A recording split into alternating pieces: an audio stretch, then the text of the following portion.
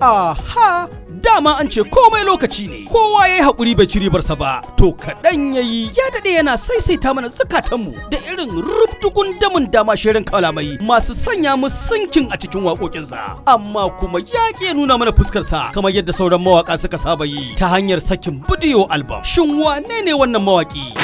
Kamilu Koko, kaji almajirin mawaƙa na garin Guru. Fasihin mawaƙi ne da ke yin gudun biri gami da fyaɗar 'ya'yan kaɗanya ga kalaman Hausa a cikin waƙoƙinsa.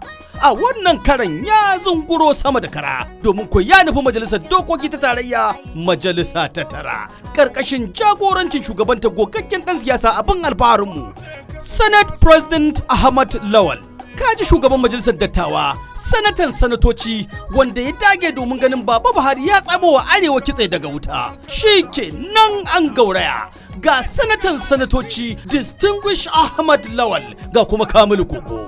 Ya zuwa yanzu hotunan yadda ake ɗaukan waɗannan waƙoƙi ya cika kafafen sada zumunta na social media. Saura da me a ci gaba da bibiyan mu domin ganin waɗannan waƙoƙi nan ba da jimawa ba. Ibrahim Muhammad Lawal wanda aka fi sani da Baba shi ya ɗauki nauyin kawo muku. Tahir ya shirya. Rabi'u Kadawa ya gabatar muku da talla. Ali Gumzak ya ba da umarni.